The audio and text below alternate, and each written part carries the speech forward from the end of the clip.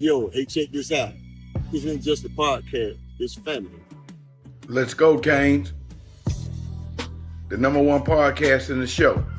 Yo, what's going on, everybody in Utah? Just want to let you know. Ain't no me. There ain't no me. It ain't no me. Without you. Without you, baby. Without you, baby. Go Canes. It's you talk, baby.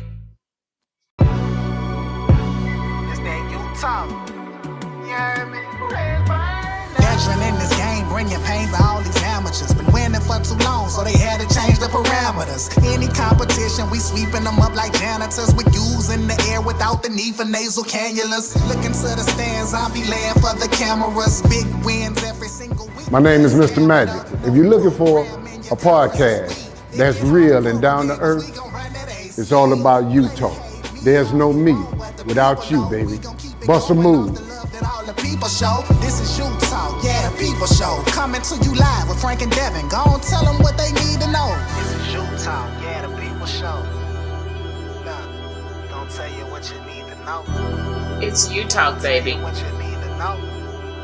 Hey, it's the people show.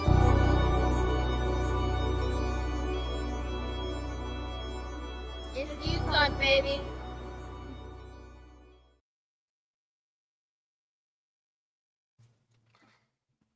You talk family. What go on? What go on? It's your boy D. And of course, I got my PIC. I call it, I ain't gonna say partner, I'm gonna say player. My player in crime. Mr. Larry Frank Jr. in the building. What's good? And y'all know how we start off every show. It ain't no us. Without you, baby. Oh, yeah. You talk family, Kane Nation, Mr. Larry Frank Jr., man. Shout out to the super producer, our guy, Mr. Marquise Judge. KJ Production in your building. Shout out to our brother, man, Mr. King Judge. What's going on, man? Larry Frank Jr. Shout out to the chat. Let's start off, man. Rocky was in this bug early, man. Shout out to Rocky, our brother. Rocky is in the building, man. Rock, what up, boy? What's going on? We got Aiden Malik in the building, man. Let's get into it. Mario can coach O-line for his whole life, but we still having false starts problems, and him and his old boy Mirabal. Mario got to feel embarrassed. We need to clean that up. Yes, we do, sir. Yes, sir. Jesus. Is it Jesus McNeil 4450? Thank you, man. We appreciate it. Thank you, brother. So much, man. Thank you, sir. Yeah, we got a lot to talk about, man. First of all, let me give you and AO a shout out, man, for the recap show. You guys did a great job. I seen the show, man. I heard everybody that was calling in that was chatting. Right. And I thought you guys was right on point because I actually did a Instagram, man, and live, man, and we talked about some of the similar things when I did my live on Instagram, man. So you guys did a hell of a job. It was very entertaining, and you guys got straight to it, and it was the truth. But before we go any further, Larry Frank, how you doing tonight on this Thursday night, brother, on the Hype Show? What's good? I'm doing great. Weekend is almost here. Another weekend of football all across the board, and ready to talk about some things, man. So feeling good. Yes, man. Shout out to our bro, man, our big bro, man, aka 5, aka Duga Wild. Shout out to 5, man. He over there hanging out, man, on vacation, man, a well-deserved vacation, man. So you and the missus, man, Miss Siobhan, man. Salute to the both of you guys, man. Hope y'all doing good. I've been seeing the pictures, man. Tootsie rolling and stuff on the boat ship and hanging out real good, man. So hurry up and get your ass bite, man. We'll see you next week. So we love you. But yes, sir, we're finna get into it tonight. Like I said, we give props when we do good, and when we mess it up, we're going to talk about it. And last week, like I said on my live, was terrible. And we didn't get beat because we lost the game because of the players. We got beat because of coaching. And once again, we saw the coaching come up short and unprepared against a team that we were more talented than I know we paid more for our roster than Brom did, Larry Frank, Jeff Brom did, Louisville. Mm-hmm. And we stuck the bed up, Larry Frank, just being straightforward, man. It was an ugly performance, man. Shannon Dawson, terrible play calling. And I seen your presser. And you pretty much told us that you wasn't gonna do anything different from what we did. You're gonna keep everything the same. So I guess if you guys are looking for any stretch plays or toss sweeps to the outside to where we saw that it was effective when we ran the end around with Malachi Tony, we can get to the edges. We can do a little something, but for whatever reason, they're gonna be reluctant to state what they do. So Larry Frank, man, what's your thoughts, man? I'm gonna pray. Actually, you guys, we're gonna start off on YouTube. I'm gonna cut YouTube off because I'm gonna be playing some clips, and I don't want to get flagged by YouTube. So we're gonna go over to the YouTube app here in about 10 minutes. I'm gonna put the QR codes up. If you don't have the app, I ask that you please shout out to Eric Meyer. What's good? You go ahead and download the app because we're gonna start having guests come on again here in about another week or so. So if you don't have the app, the memberships are gonna start to go up. I ask that you guys get a membership and you guys download the Utah podcast app in your Apple or Android store. So yes, sir, Larry Frank, man. Talk to me, man. What are your thoughts, sir? I said pretty much all I needed to say Sunday, and then again on shouts out to James Freeman on his show Sunday night, Stallion Speaks. But I will say this. I gave everything I needed to give about Dawson, but now it's time for me to give a little respectful criticism to Mario. I've been giving Mario props all season. He's been, for the most part, doing okay. Well, better than okay. He's been doing good all season. But now we're getting to that point in time where it's more than PTSD because the tendencies are there. You know, when you have players coming out in the presser and the players are saying certain things like Zachariah Poyser said, we didn't see this coming. We weren't prepared for this. That was a lack of preparation. When you have Mark Fletcher saying we didn't play hard, how do you not play hard? And of all people, Fletcher, who has been on this team now, this is his third year on the team, he knows what Louisville brings to the table. So even if you have a bunch of other guys that were never on the team for the last couple of games, you and a handful of others, Bain, Maui Noah, all of y'all were on this team to know that Louisville was going to be a serious problem. How do you not prepare? So my thing is that tells me that it was a lot of stuff that was overlooked in the 13 days past the Florida State game, going into the bye week, coming into this game. What I did was, instead of just saying, you know, what I feel, a lot of people tend to get upset. They get mad because they feel like you're just saying stuff.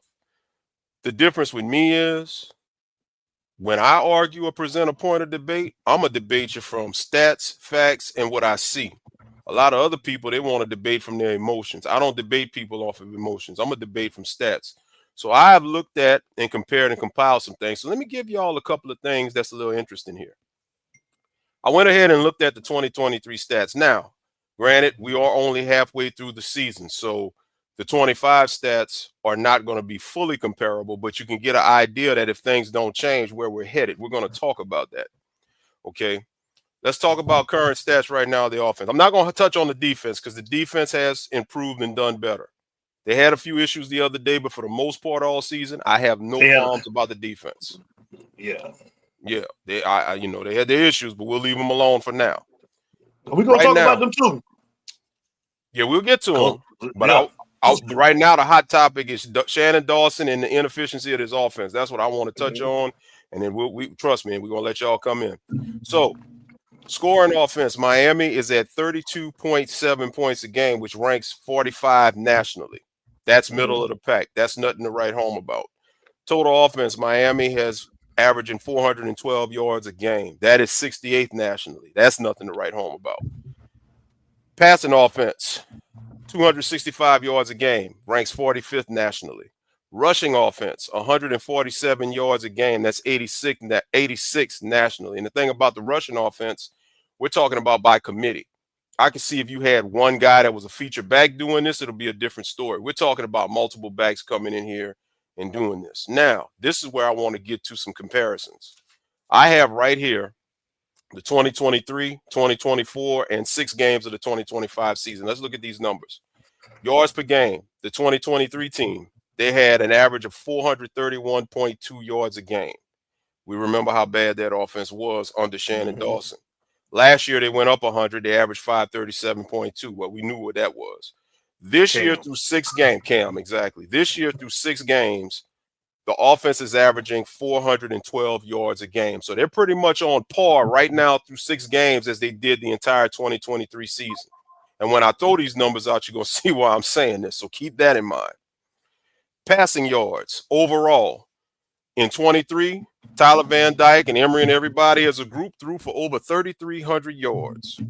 Last year, Cam Ward threw for over 4,500 yards. Thus far, through 6 games, Carson Beck has thrown for only 1,484 yards. Carson Beck is on pace to throw for less yardage than TVD 2 years ago. Keep that in mind. Rushing yards. In 2023, as a group, Miami rushed for 2,251 yards. Last year, 2,456 yards. It didn't go up by much, but remember, it was the Cam Ward show with X and Jacoby George. There was a lot of passing going on, so you still improved. But right now, the group has only rushed through 6 games for 819 yards. This rushing group is on par to rush for less with this team than it did 2 years ago. Third down. 41.1% conversion, 24.56.3. Now, one thing through 6 games, they have improved on that. They're up to 48.78. So they are completing more third downs at a higher percentage. So that's good. That's a good thing. Bottom line, I mean, the numbers. TVD 2 years ago, 19 touchdowns versus 12 interceptions. Thus far through 6 games, as we all know, Carson Beck, 11-7. I mean, he's on par to throw more touchdowns, but shit, he's over double the interceptions right now through 6 games. That's a problem. That is a problem. Let's look at the running game. In 23, our rushing leaders for the whole season, Henry Parrish, 625. Mark Fletcher was second with 514. Don Chaney was 478, and A.J. Allen was 361. This is the entire season. Through 6 games, Mark Fletcher, 428. So he is on pace to break what he did and to surpass what Henry Parrish does. Shamar Brown, 225. But here's the thing. This is where the drop-off happens. Pringle, 48 yards, and Jordan Lyle, 44. Now, I know Lyle was hurt, so we can't hold that up against him too much. Okay? Finally, receiving. 5 receivers in 23. X had 1,092 yards. Jacoby George, 864. Colby Young, 563. Bashard Smith, 263. Isaiah Horton, 175. And thus far in 2025, Malachi Toney is the leading receiver at 375. This through 6 games, remember. 375. C.J. Daniels, 269. Keelan Marion, 125. Elijah Lofton, 100. And Tony Johnson, 84. So the everything right now, 6 more games, our receivers are not on par to surpass any of those receivers. If anything, Malachi Toney, if lucky, and he's doing everything, may surpass Jacoby George, who was second on the 23 team. I'll highlight all of those stats, ladies and gentlemen, to say this. The offensive game plan that is currently being implemented and initiated by Shannon Dawson is not working. Now, I know what you're going to say. Well, we're 5-1. Well, yeah, we are. But at the end of the day, here's the deal. The game that we saw the other night is the reason why things need to change. The game you saw the other night is why the offensive approach needs to change. The in-between tackle stuff, that's got to stop. Got to run off tackle. We got too much speed.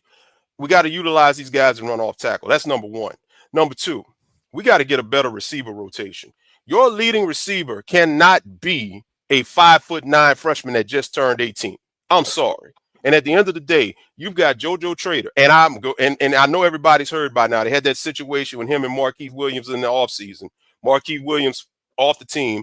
JoJo was in the doghouse. JoJo got in for 1 snap, halfway ran the route, and Kevin Beard pulled him off. JoJo is all but gone. I'm going to tell you that right now. He's gone. At the end of the day, you need to take one of your receivers. You need to stretch the field with one of those receivers, because guess what happens when you stretch the field with one of your receivers? Malachi Tony becomes even more dangerous of a threat, because how are you going to cover somebody vertically, and you got Malachi Tony doing what he does, especially with C.J. Daniels as well. That is a problem. And I'm going to just be honest with you. I said it the other day. The receiver rotation, from what I'm seeing Carson Beck locking on Tony just like TVD locked on X. At the end of the day, something has to change. Now, last thing I'm going to say, and I'm going to toss it back to you, D. The press conference the other day where Shannon Dawson said it is what it is and we're going to keep doing what we do. That is not a good sign, and to me, that is not a positive sign, because at the end of the day, that tells me you feel like this is going to work. Through 6 games, it's not working. Something has to change. And the sad part about it is there's a lot of off-season stuff, or should I say off the field stuff rather, going on, because I don't know if everybody heard the 2 players on their IGs the other day. 2 players, it was Josh Moore and Dylan Offshaw on their IGs, on their stories. They were saying, "Free me." That's not good. You've got all of this stuff going on with JoJo Trader, who, in my opinion, he's going to be out of here. At the end of the day, Nia Carr was out of here, but you asked him to stay and made him stay. And guess what? At the end of the day, you're not playing him anyway. So he's going to be out of here. Ray Joseph, he's going to be out of here. Keelan Marion got paid a certain amount of money to be in the return specialist and be a return in the punt return game and all of that. Guess what? Malachi, which I get it, he's doing his thing, but guess what? Why are you not splitting those return reps? Why is Ray Joseph not getting return reps? There's all kind of personnel issues all over the place. I don't know, D. I just don't know. No, you're absolutely right. And you're right about the receiver thing, because it's like, I think somebody just put that up. Who is that? Rocky and James Freeman. Like, something that I was talking to somebody that I can't name, and we were saying the same thing as far as like Joshua Moore. As far as, you put that cat on the outside, I think he's like 6'4" or something like that to stretch the field, and Malachi can eat more than what he's already doing, man, bringing him across the middle and putting him in the slot. But, I don't understand. I'm like you. We went and bought 2 receivers in, the guy from Cincinnati, and I forgot where Marion came from. Was it Duke? And you're paying him as a specialist. But like you say, it gives you TVD vibes when you see Beck, locking in on just 2 guys. And that is Marion and Baby Jesus. And it's like, who's going to be that 3rd receiver? Why go out and go and get these guys when they're not?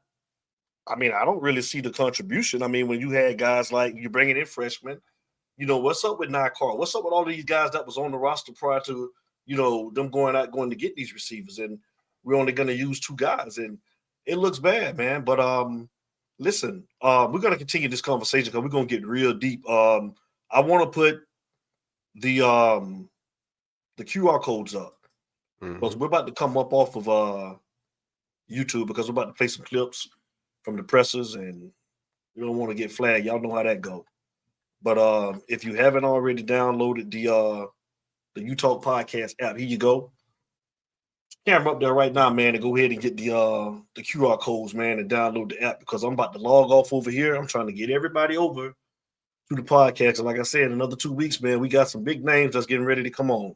So if you ain't got the app, the memberships are going to be posted here this week. So I ask that you get a membership and that you get the app. So there it is right there. But we're going to be logging off over here. But no, Larry Frank, you're right. I mean, so as far as the OC, the offensive coordinator, my question is, bro, like you said, we heard the presser.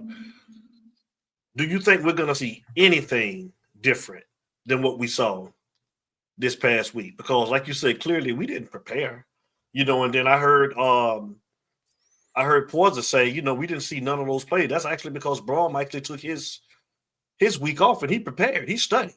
Yeah. He changed the whole game plan and he was prepared. And it looked like our coaches didn't do anything. So do you think we're going to see anything different than what we saw this past week? Anything? I think you will see a few wrinkles here and there, but it's going to be misleading because Standford look, they beat Florida State, and I think they were missing their starting quarterback, starting running back, starting tight end. They were missing a lot of pieces, and they just beat Florida State. But I think that's more because Florida State's checked out. Florida State players, they're done. You know, they're not in contention for the ACC, and they're not in contention for a playoff. And right now, bowl eligibility is hanging in the balance. So I think you're going to see a few wrinkles here and there. Some things may change, but I think they're going to go back to more of the base, which we know Mario's philosophy is pound, pound, pound. The bad part is Miami will probably win this game in decisive fashion, not changing much. And the players, well, I ain't gonna even say the players. I think it's more the coaches. Yes. The coaches, Mario always talked about rat poison, keeping the players from ingesting the rat poison. And as I said the other day on the recap show, shouts out to Michael Yo.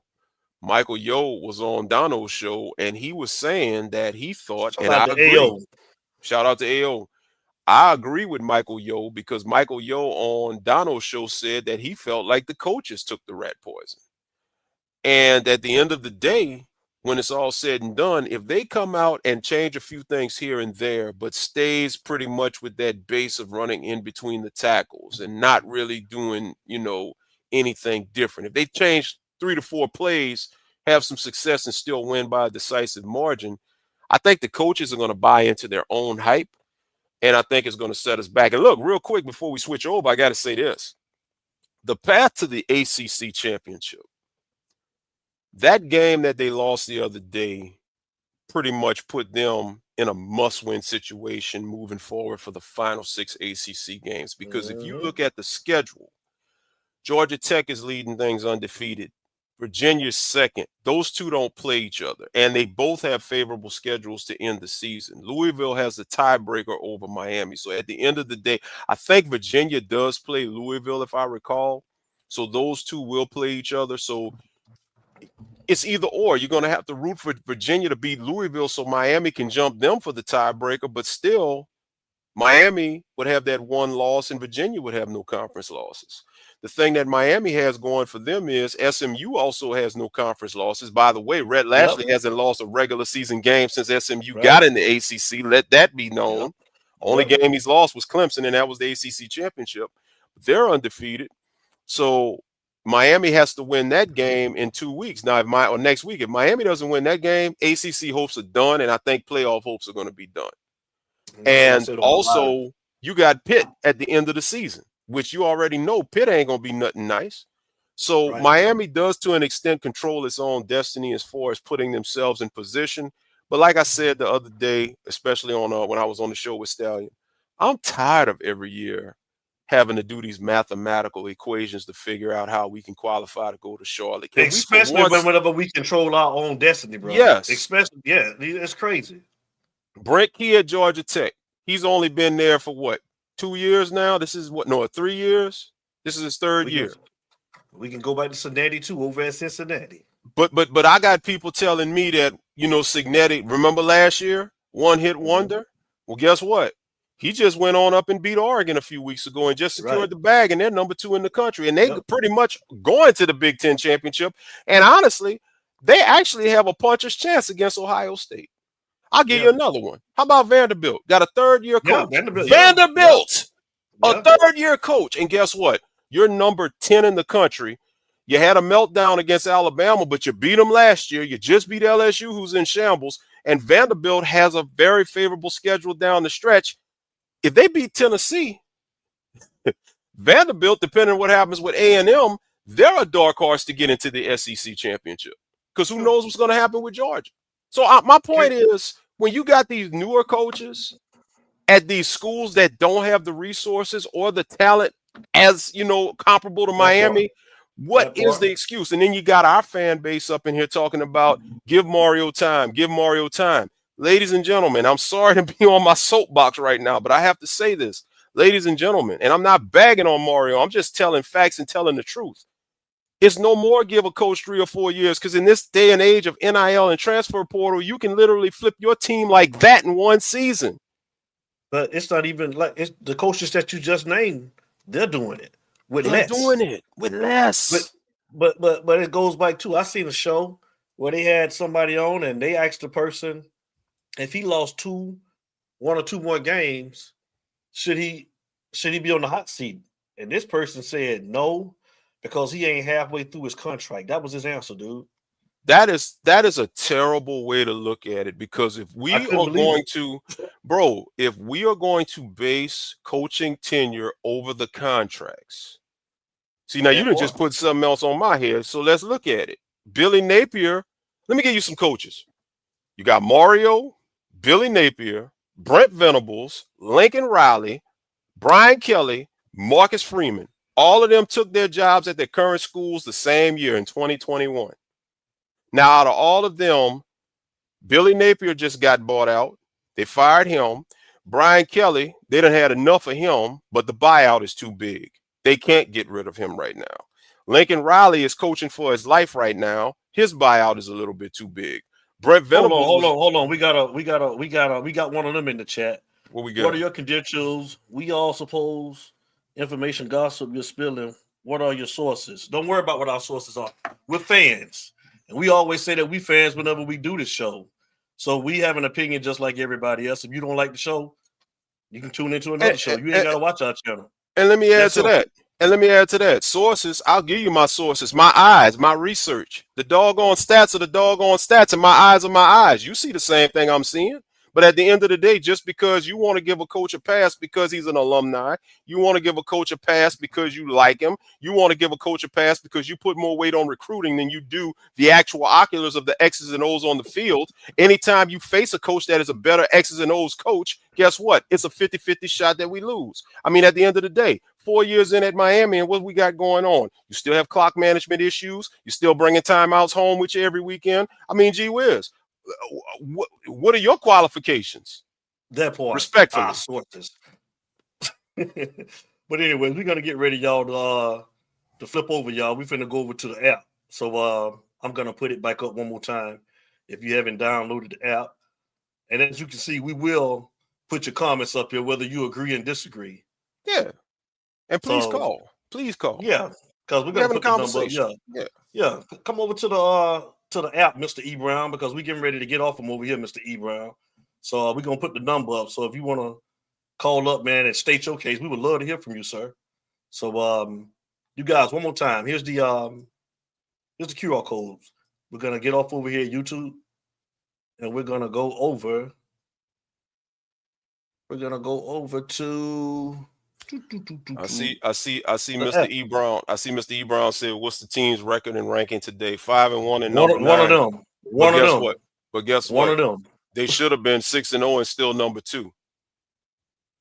And like we had the great Benny Blades on, man. And like Benny Blades said, man, when you can put teams away, man, and you can let your brothers get on the field and play, you know, we still barely winning these games. Ain't like we blowing people out. You know, the teams that we should be beating. You know, I mean, we're not just dominating like that. We're letting teams back in the game like the Florida States, and it's crazy, man. But hey, you guys, man, come over real quick. I see, not to cut you off, bro. I see Rocky said, "How do you download?" Rocky, I'm gonna get the link and I'm gonna text it to you, Rocky. I'm gonna text you the link to the app. Go ahead, Rock. Just put it up. Get your phone, turn your camera on. Yo, get your camera, and there's the QR code right there. It'll take you straight to the app so you can download it, Rock. There it is right there. And for those of y'all that may be having problems with the QR code, go to your Android or your Apple store and type in You Talk, separate the two, You Talk Podcast. The logo right there, you'll see the icon right there. When you type that in, you'll be able to download that app directly. And you'll see the show as you see it right here. It'll be in the app. We got a chat in the app. We got a live chat for the games and all of that. You can chat just like you're doing right here in the app. And we can keep things rolling. So do it either by scanning the QR code or typing in, see up the top right here where it says You Talk Podcast app right above the You Talk logo. Type in You Talk Podcast and it'll bring it to you just like that. I'm going to leave it up for about 10 more seconds, man, and then we're going to bid everybody a farewell over here on YouTube because we're about to play some clips from some of these pressers, and we're going to continue the conversation over on the UTalk app. So we want to thank everybody that tuned in over here on YouTube, but we ask that you come over to the app. So Yeah. There you have it. We love you guys, man. Everybody on YouTube, man. Hope to see you over on the app, man. We out. Let me send it over to Rocky right quick, just in case. Yeah, he said he got it too. He got it? Okay. Yeah, he said he got it. All right, y'all. Later.